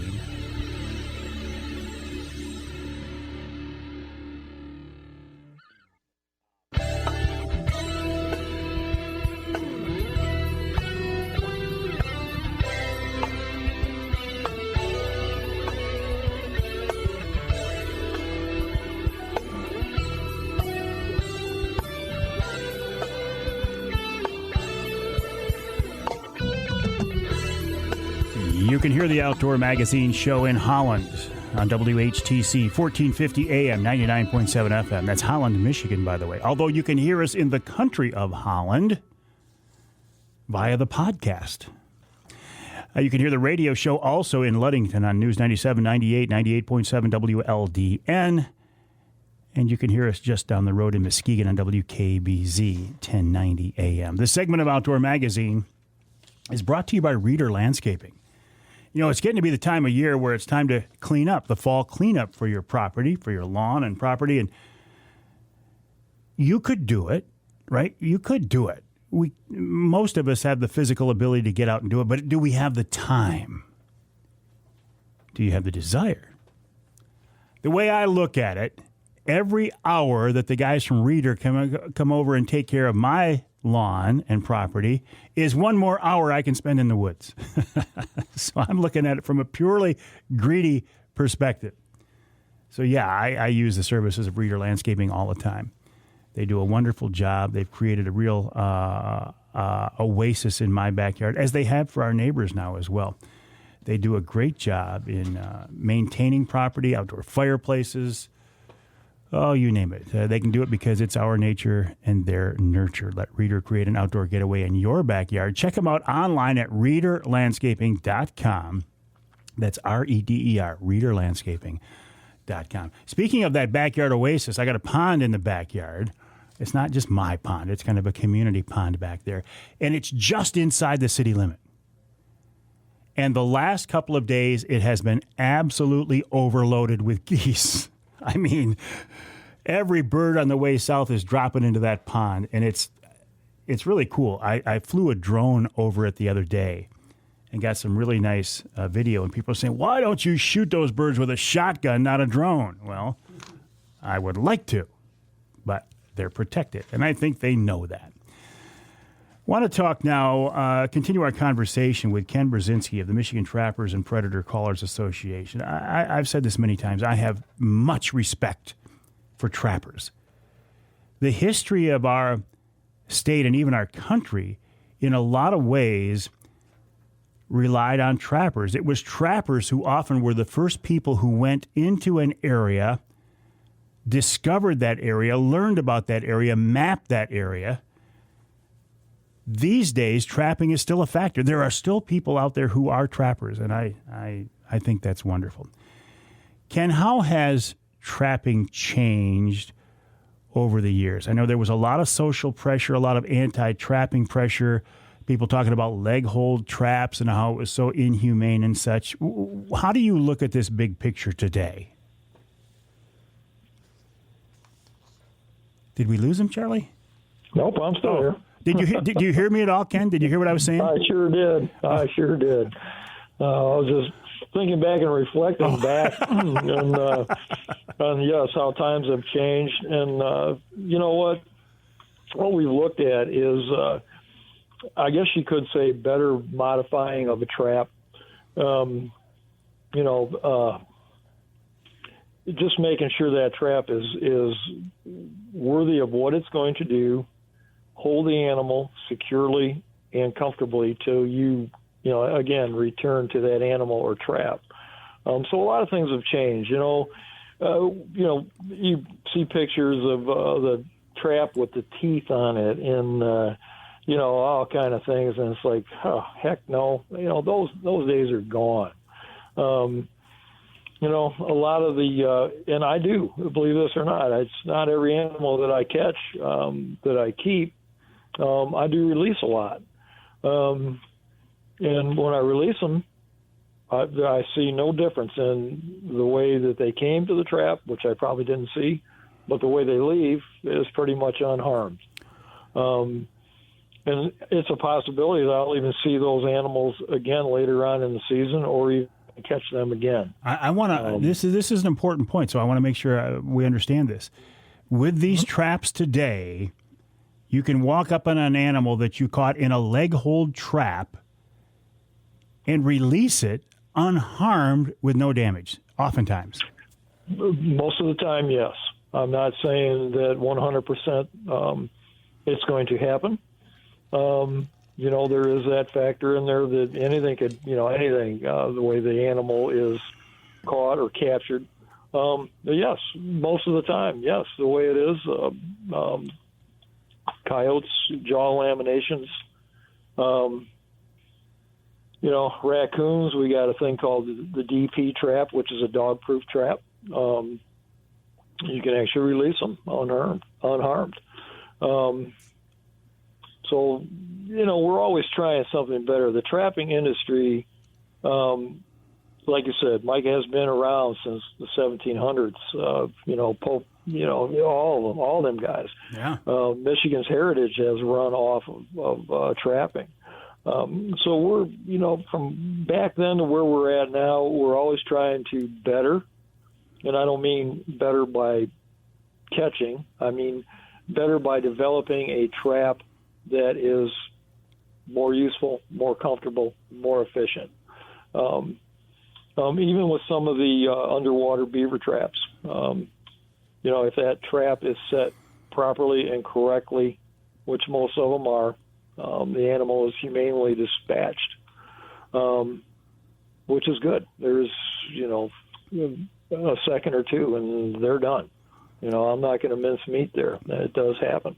Is it a whole different world between trapping land-based critters like coyote and fox versus muskrats and beavers? Two different deals completely? Yes. One, you're wetter than heck, and the other one, you can be dry. But yes, there's a big difference. Water trapping, muskrats, raccoon, beaver, otter, mink, and not necessarily mink. A lot of mink are caught on dry land, but that's a good entry point to start a young person at. When you start getting into land trapping, not so much raccoons, but if you're going after canines, there's a learning curve in there. And, with our association, we try to flatten the learning curve out and get everybody going straight and make everybody somewhat successful, in what they're going to do with their endeavor. So, yes, big difference. And traps too. There's a big difference in traps. Some traps you can use on land. You can use underwater. Some traps you use in water, you definitely cannot use on land. It's illegal. And if anybody is doing that, I do believe our association would even prosecute if we did catch somebody using illegal traps on land. I know I would. As far as trappers, we have enough black eyes. We don't need any more. As you know, the news media is all on us. We got to be diligent of what we do, how we do it, humanely, safely, and safe.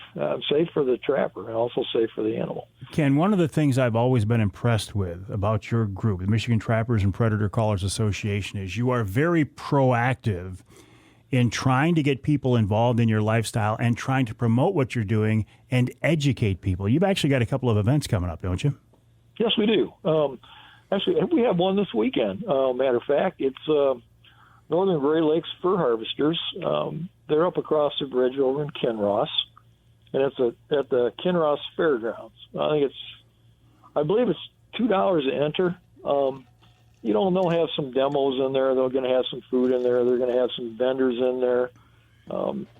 But Mike, of all the organizations that I belong to, I have to say this. The trappers are probably the most friendly, outgoing people that you're ever going to meet. They're going to try to help you learn. If you're really, really interested in it, they're going to take you under the wing. Many guys have taken new people out trapping, and show them. Get that kid off the couch, have him put his cell phone down. Come on out and enjoy the great outdoors. But there's one in Kinross. And there will be another one October 9th. And this is called the Free Trappers Day. And that will be in central Michigan. It's a sportsman's club in Scranton. And that'll be October 9th. We've got some great guys that are coming in from Michigan. And I guess I'm gonna boost these guys up a little bit. We have a lot of great trappers in Michigan. We have a lot of great, how you want to say, bait makers, lure makers, trap makers. Retail people in Michigan. Michigan has a great abundance of some very, very good trappers, bait and lure makers. And a lot of these guys are going to be doing demonstrations this coming weeks. But also, we have a great event. It's usually in the middle of August, and it's at Everett, Michigan. And that's our convention for the weekend. So all the Michigan trappers get together. And by the way, there are 3 groups of, how you want to say, associations of Michigan trappers in Michigan. You've got the UP trappers. You have the Northern Great Lakes trapper for harvesters. And then you have us, MPTCA. So we have 3 great organizations. All 3 of them do a small convention or a large convention. But at our convention, we have demos. We have the vendors that will help you, questions and answers. It just goes and goes. Everybody comes in to volunteer. We're always looking for volunteers. I'm going to promote this a little bit. We're always looking for new members. And if you were to go to our website, you can actually see how to sign up. But we have a great promotional value going right now. If you were to become one of our members, you actually become a member of 4 different organizations, trapping organizations and sportsmen's organizations. 1, you'll become a member with us. 2, you'll become a member of the NTA.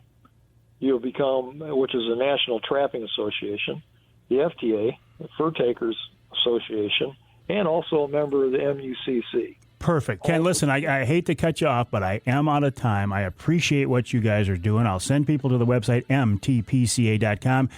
And now that I got your number, be prepared, because I'm going to call you again when I want to talk more trapping. Ken Burzynski of the Michigan Trappers and Predator Callers Association, mtpca.com. We'll take a break. More coming up right here on Outdoor Magazine.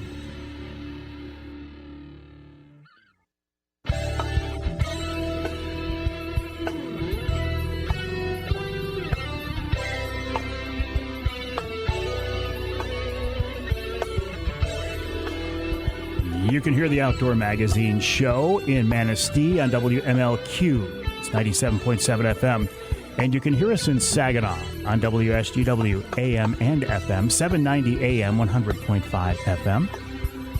I'm in the studios of WSGW right now. During this 3 hours, we call this part of the building the Outdoor Magazine studio. I'm here with Charlie Rood, doing a wonderful job as always. Now, Charlie's a little bit under the weather this week, but that hasn't stopped. Even that and the fact that it's really kind of nasty outside right now. It's surprisingly chilly, it's rainy, it's windy, and we still have people in the parking lot waiting for Charlie to leave to get a glimpse of Charlie, maybe get a picture with him, maybe get him to sign some autographs. It's amazing. It's amazing, the fan base that Charlie Rood has built up, and he does a wonderful job, Charlie, and I appreciate it. This segment of Outdoor Magazine brought to you by Wilds Plumbing and Heating. Plumbing, heating, air conditioning, sump pumps, cooling, I don't care, whatever it is to keep your house running smoothly, soundly, to keep you comfortable, warm or dry depending on the season, or warm or cool depending on the season, and dry certainly. The slogan, the motto for the folks at Wilds is whatever it takes. I like working with a company that's their slogan, whatever it takes. We'll get it done, whatever it takes, and I appreciate that. Check them out online at wildsplumbingandheating.com.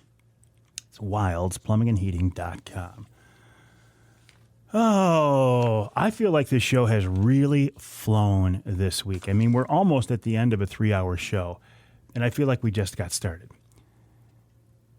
And what a tremendous, tremendous blessing it is to have a job, to have a career where I can still come in here every week and look forward to it and enjoy it.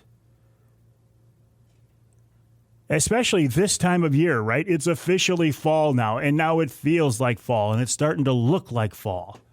What a great time of year. The hunting seasons are just kicking off like crazy now. Some great fall fishing, of course. As I said earlier in the show, I'm not a huge fan anymore of what that season that comes after fall that starts with S, and I'm not even going to say it starts with W and brings something called, well, it starts with S. My dad always said that. He says, the older I get, the less I like, that one season. I thought, you're crazy. I love it. I love the cold and that white stuff. And no, you can have it now. But I realize that there are a lot of people who look forward to it, and that's great. That's wonderful. That's part of the cool thing about living in a state where we actually have 4 different seasons.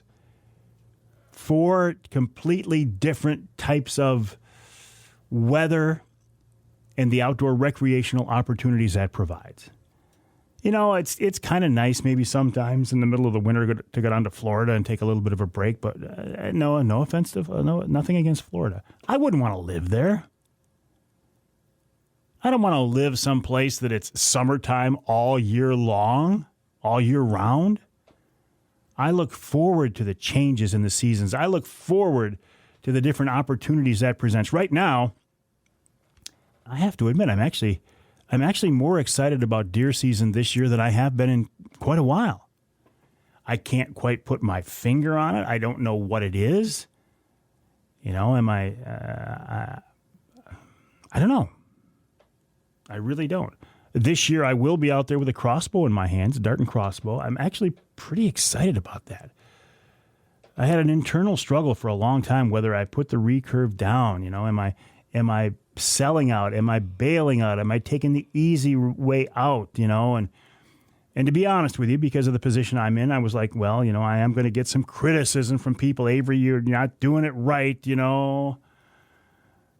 I don't care. You've got to be confident when you're out there in your gear, whatever that gear is. I don't care if it's your fishing gear. I don't care if it's your hunting gear. You got to have confidence in your gear. And more than that, you have to have confidence in your ability to use that gear and that equipment to be as proficient as possible. Ken Burzynski was talking about that. In trapping, you owe it to the critters that you're pursuing to be as effective, as proficient, and efficient as possible if you decide to take that animal. I believe it's the same way in hunting. So whatever you choose to use, if it's legal, God bless you. Whatever method you choose, if you decide you want to hold out for trophy bucks, mature animals, that's the phrase right now, right? It's a mature animal. God bless you. Have at it. Enjoy your hunt, but don't, if you're in a situation like that, don't look down on somebody who sits in a ground blind with a crossbow and shoots the first brown thing that walks by, the first deer that walks by. I mean, it's okay. The phrase, the slogan, hunt your hunt. I strongly believe in that. Hunt your hunt, and don't worry about everybody else. If the people around you, if your friends, if your family, if they're hunting legally, that's the only concern. Doesn't matter to you if they hunt differently than you do. As long as they're doing it legally, what do you care? What do you care if they use a crossbow or a 30-06 or a recurve? Or what do you care if they shoot small deer or hold out for big deer? What do you care if they catch and eat fish instead of catch and release? What do you care? What's it matter to you? How does it negatively affect your experience? It doesn't. So I would ask you not to try to negatively affect their experience by casting your judgment and your criticisms and your negative comments on them.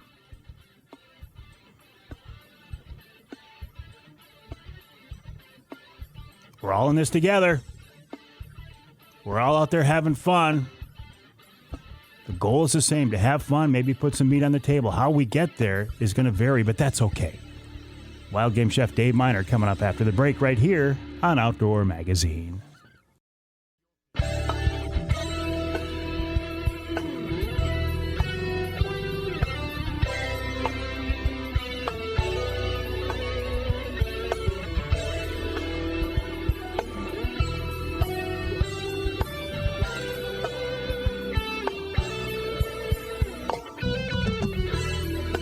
Welcome back to Outdoor Magazine. My name is Mike Avery, also known as, a.k.a. The Big Guy, and so glad to have you along with us.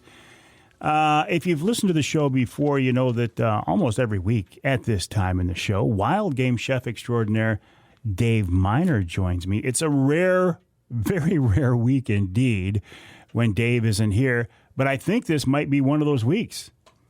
Trying to get him on the phone right now and no answer, which is surprising because Dave is he's a very reliable guy. So I hope everything is okay.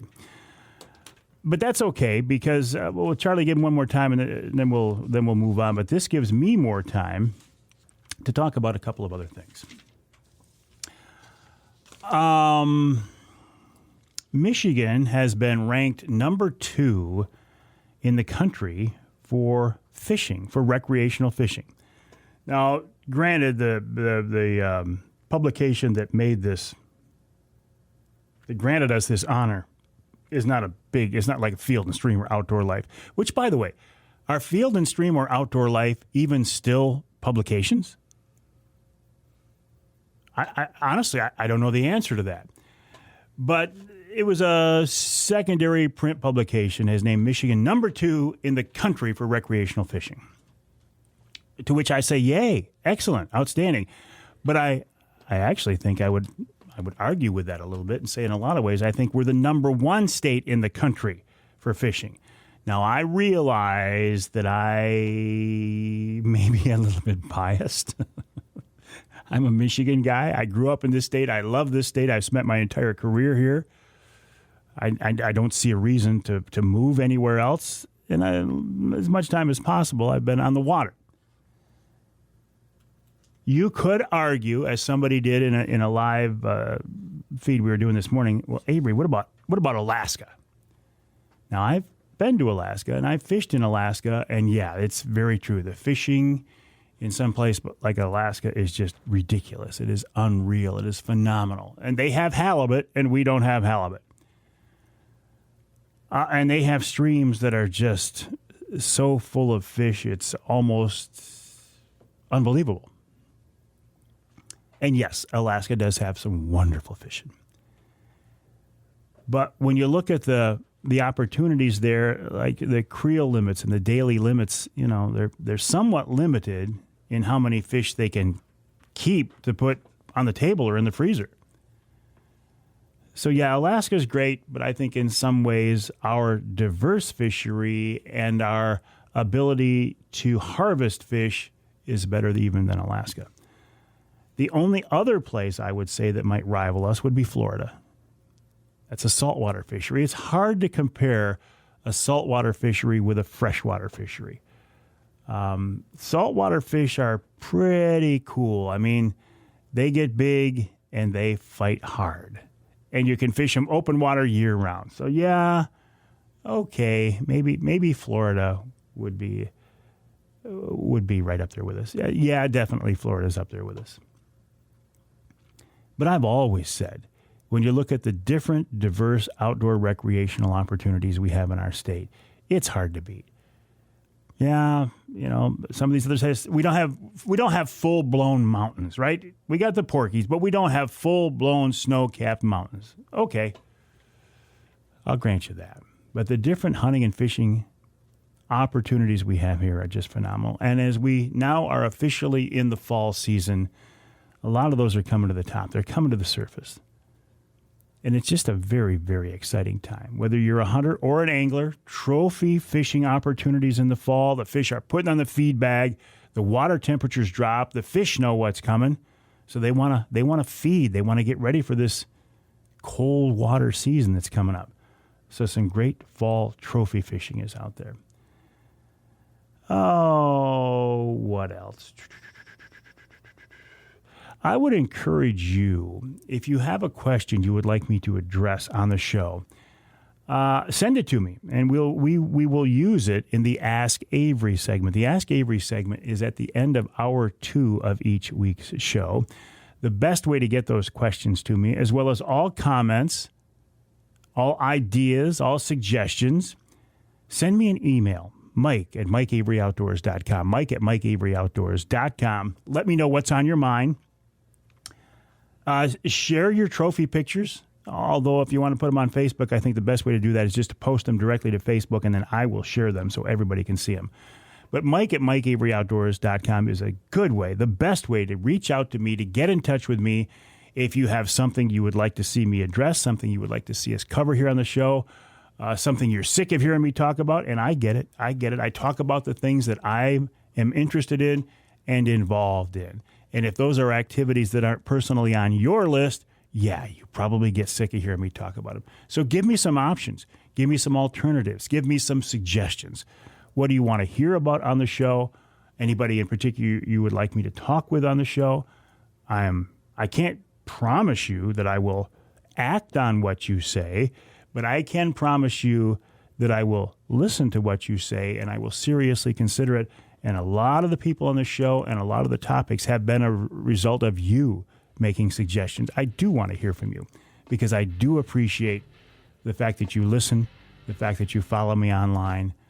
Couldn't do this without you. God bless you and thank you very much. The website, MikeAveryOutdoors.com. The email address, Mike@MikeAveryOutdoors.com. Have a great week. Enjoy the fall, and we'll talk to you next time right here on Outdoor Magazine.